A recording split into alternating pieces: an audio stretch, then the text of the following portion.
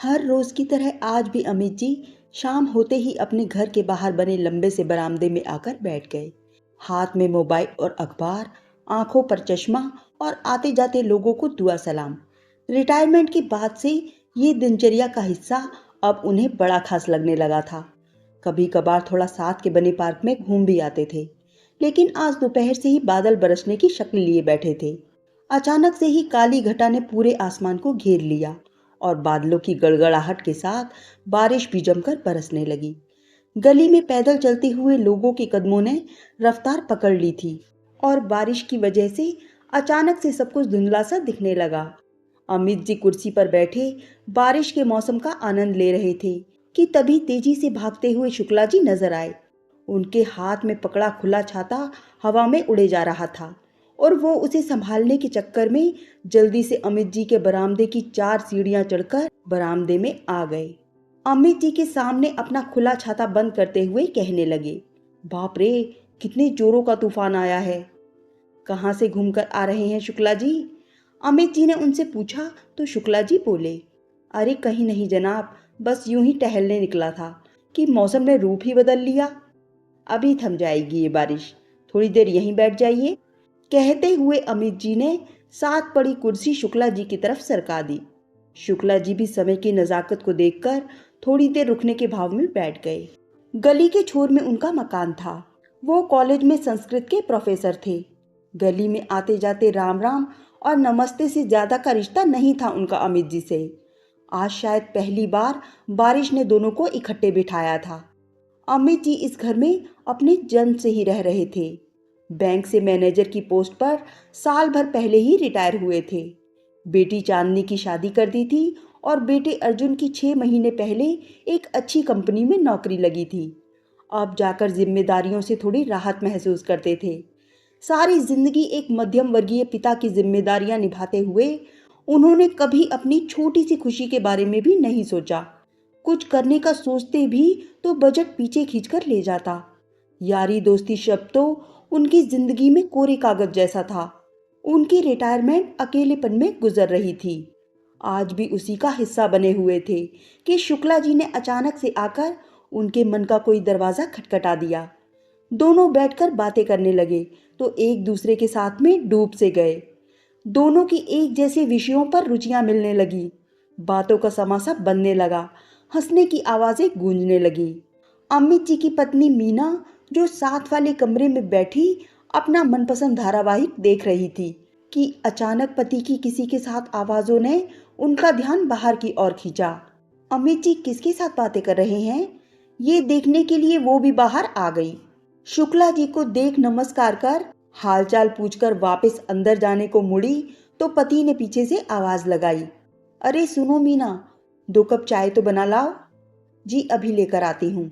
कहकर अभी 2 कदम आगे बढ़ी तो पति ने फिर से आवाज लगाई, ऐसा करो यार, 2-2 पकोड़े भी हो जाएं आज, मौसम का भी यही तकाजा है। कहकर अमित जी मटकती हुई आंखों से पत्नी की ओर देखने लगे। वैसे तो मीना पति के यूं हुक्म चलाने पर जल भुन जाती, लेकिन जब से बेटे अर्जुन की नौकरी लगी थी तब से बहुत खुश रहने लगी थी। बेटा कहीं दूर नहीं गया था, अपने ही शहर में अपने ही पास था, इसीलिए मन में बड़ी राहत महसूस करती थी। वो जल्दी से रसोई घर में आई और पकोड़ों के लिए सब्जियां काटने लगी। गैस पर जल्दी से चाय का पानी चढ़ाया, लेकिन जैसे ही उन्होंने बेसन का डिब्बा खोला उनका मुंह खुला का खुला रह गया। डिब्बे में 2 चम्मच से ज्यादा बेसन नहीं था। जल्दी से उन्होंने सामान की वो लिस्ट देखी जिसे पकड़ाकर उन्होंने पति से कल ही राशन मंगवाया था। पर ये क्या, बेसन तो लिखना भूल ही गई। अब सामने से निकल कर जाएंगी तो शुक्ला जी मना करेंगे और पति से डांट पड़ेगी, वो अलग। इन सोचों में डूबी ही थी कि बेटे अर्जुन का फोन आ गया। वो बोला, मम्मी अगर चाय बना रही हो तो मेरी भी बना देना, मौसम खराब हो गया है इसीलिए जल्दी छुट्टी कर ली है। मीना ने हल्के स्वर में कहा, ठीक है बेटा। माँ की आवाज में कोई चिंता नजर आई तो अर्जुन पूछने लगा, क्या बात है मम्मी, सब ठीक तो है ना? हाँ बेटा सब ठीक है। वो जो गली के नुक्कड़ पर शुक्ला जी रहते हैं ना, वो तेरे पापा के साथ बाहर बैठे हैं। पापा ने पकोड़ों की फरमाइश की है, लेकिन कैसे बनाऊं, घर में तो बेसन ही नहीं है। डिब्बे को बंद कर वापस रखते हुए मीना बोली, अरे मम्मी चिंता मत करो, मैं लेकर आ रहा हूँ, तुम चाय बनाओ।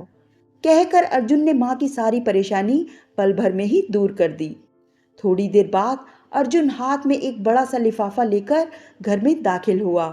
उसने बाहर बैठी शुक्ला जी को प्रणाम किया और सीधा रसोई घर में माँ के पास चला आया। बेटे को देखते ही माँ चेहरे पर बड़ी सी मुस्कान लाकर बोली, ला दे बेटा बेसन।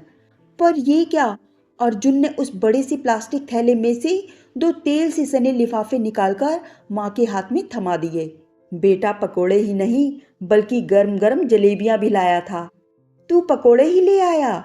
इसकी क्या जरूरत थी बेटा, मैं बना देती। काहे को बैठे बिठाए इतने पैसे लगाकर आ गया? मीना की बात सुनकर माँ को पीछे से आलिंगन भरते हुए अर्जुन कहने लगा, जाओ माँ, तुम भी पापा के साथ बैठकर मौसम का आनंद लो। कभी तुम भी तो रसोई से छुट्टी कर लिया करो और ज्यादा मत सोचा करो। मीना बेटे की ओर मुड़ी। बहुत बड़ा हो गया है तू, कहकर एक हल्की सी चेहरे पर चपत लगाई। पकोड़े, जलेबियां और चाय लेकर जल्दी से जाकर बाहर पति और शुक्ला जी के साथ बैठकर गप्पे मारने लगी। भीगा भीगा मौसम और गर्म गर्म चाय पकोड़े ने शुक्ला जी के बैठने के इरादे को मजबूत कर दिया, जो कि मन में काफी देर से उठने बैठने की कश्मकश में फंसे हुए थे। तीनों की बातों का दौर चल ही रहा था कि शुक्ला जी की पत्नी अनुराधा का फोन आ गया। कहाँ हो इतनी देर से, मुझे फिक्र हो रही है। पत्नी की चिंता को हटाते हुए शुक्ला जी बोले, अरे चिंता मत करो, अभी थोड़ी देर में आ जाऊंगा। अपने वो जो अमित जी हैं ना, ऊंचे घर वाले, उन्हीं के पास बैठा हूं। अच्छा ठीक है, उधर से पत्नी का जवाब आया। फोन बंद करने ही वाले थे कि मीना झट से बोली, अनुराधा से कहिए वो भी यहाँ आ जाए अगर कुछ खास नहीं कर रही। अनुराधा ने मीना का आमंत्रण साफ सुन लिया। वो भी घर में अकेली बैठी बोर हो रही थी, तो उन्होंने भी झट से हाँ कर दी। थोड़ी देर बाद अनुराधा एक हाथ में छतरी और दूसरे से सलवार को पानी से बचाती हुई पहुंच गई। हल्के नीले रंग के सूट और बहुत ही हल्के से मेकअप में भी बहुत प्यारी लग रही थी। मीना झट से एक एक कप चाय और बना लाई। बेटा दिल खोल कर पकौड़े लाया था। आज बारिश की तरह ये चौकड़ी भी जम गई। बातों किस्सों का और हंसने हंसाने का एक समासा बन गया। अमित जी को रोज के बोरिंग रूटीन में आज एक गजब की ताजगी मिली। मीना तो शायद पहली बार ऐसे किसी अनुभव से गुजर रही थी। शुक्ला जी और अनुराधा के साथ उनके विचार और दिल खूब मिले। उनकी ही तरह ये दंपत्ति भी काफी सीधे साधे और दिखावे वाली थोती बातों से काफी दूर थे। अर्जुन जो कि साथ वाले कमरे में बैठा था, उसका भी टीवी देखते देखते थोड़ी थोड़ी देर में ध्यान बाहर बैठे दोनों दंपत्ति की बातों की तरफ जा रहा था। पापा के पास तो हमेशा ही बातें होती हैं, लेकिन वो ये देखकर हैरान था कि आज माँ भी कभी अपने कॉलेज के किस्से सुना रही थी, तो कभी अपने बहन भाई की नटखट बातें सुनाती पिछली यादों की दुनिया में खो रही थी। माँ को उसने कभी इतनी बात करते हुए पहले नहीं देखा था। दादा दादी के रहते वो बहुत चुप चुप रहती थी। काफी सख्त विचारों वाले बुजुर्ग थे उसके दादा दादी। घर में यार दोस्तों की धमा चौकड़ी वाला कभी माहौल ही नहीं बनने दिया उन दोनों ने। अर्जुन सोचने लगा, बादल तो बरसकर थम भी गए, लेकिन भरे हुए मन अभी तक बरस रहे हैं। उसने घड़ी देखी तो रात के 8 बजने वाले थे। रसोई घर में गया तो देखा रात के खाने की कोई तैयारी नहीं थी। फिर बाहर आया तो देखा चारों मस्ती में खूब बतिया रहे हैं। आज माता पिता की मस्ती भंग करने का मन नहीं किया। उसने चुपचाप पास के एक रेस्टोरेंट से खाना ऑर्डर कर दिया।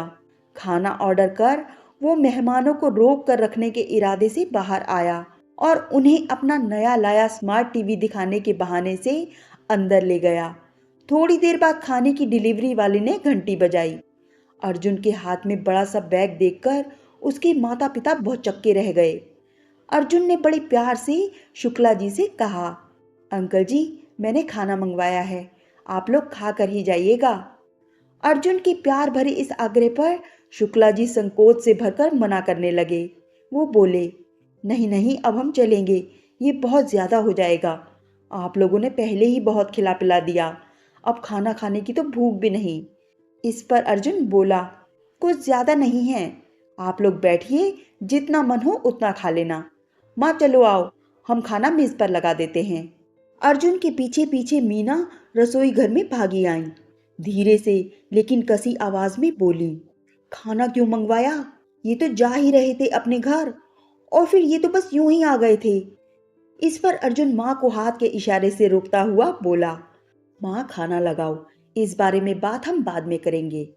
सब ने बैठकर बड़े आराम से खाना खाया। अर्जुन ने लाजवाब खाना ऑर्डर किया था। शुक्ला जी ने भूख ना होते हुए भी डट कर खाया। फिर थोड़ी देर में खाना खाकर शुक्ला जी और अनुराधा बहुत सारा धन्यवाद और अर्जुन को आशीर्वाद देकर तारीफों के पुल बांधते हुए चले गए। उनके जाते ही माता पिता के चेहरे पर आए भावों को पढ़कर अर्जुन जवाब ढूंढने लगा। पहले पिता ने त्योरियां माथे पर चढ़ाकर कहा, बहुत पैसे आ गए हैं मीना तुम्हारे साहबजादे के पास। घर में कोई जश्न चल रहा है क्या? जो बैठे बिठाए 1,000 रुपया खर्च कर दिया होगा। अब खाना भी इस घर में बाहर से आएगा? बेटा क्या जरूरत थी खाना मंगवाने की, मैं बना लेती। और फिर ये लोग तो बस यूं ही आ गए थे, हमने कोई निमंत्रण थोड़े ही दिया था। चाय पकौड़े तक तो ठीक था, लेकिन ये खाना, और वो भी इतना कुछ। सच में अर्जुन, ये तो मेरी भी समझ के परे है। थोड़ी नाराजगी माँ के चेहरे पर भी दिखाई दी। माँ बाप के मन की हालत को समझते हुए बड़े प्यार से अर्जुन बोला, पापा ये जरूरी तो नहीं कि जो अब तक नहीं हुआ वो आगे भी ना हो। इस काबिल अब हम हैं कि कभी 4 पैसे खर्चने पड़े तो सोचने की जरूरत नहीं है। मैं आया था बाहर माँ को बुलाने, लेकिन नहीं बुला पाया। पहली बार मैंने अपनी माँ को इतनी खुशी में पाया। आप सब इन पलों में एक दूसरे के साथ बहुत खुश थे। मैं रसोई में गया तो देखा कि वहां खाने की कोई तैयारी नहीं थी, और फिर पापा की दवाई लेने का भी समय हो रहा था। आज पहली बार मुझे अपनी माँ के लिए कुछ करने का मौका मिला, तो मैं इसे बेकार कैसे जाने देता। सारा दिन हमारे लिए काम में लगी रहती हैं, कभी कभी माँ को भी छुट्टी देनी चाहिए। आप दोनों ने हमेशा हमारी खुशी, पढ़ाई, सुख सुविधा के बारे में सोचा। आप दोनों की भी अपनी कोई इच्छा अरमान है, ये तो आपने सपने में भी सोचना बंद कर दिया होगा। आज मैंने सोचा और मुझे इस बात की खुशी है। और फिर अनुराधा आंटी को भी घर जाकर खाना बनाना पड़ता। मम्मी पापा मैं जानता हूँ ये लोग यूं ही अचानक इत्तेफाक से आ गए थे, लेकिन सच बताऊं पापा, ये इत्तेफाक कभी कभी कमाल कर जाते हैं और बहुत लंबे समय तक चलते हैं। पता है लोग यार दोस्त बनाने के लिए कितने पापड़ बेलते हैं।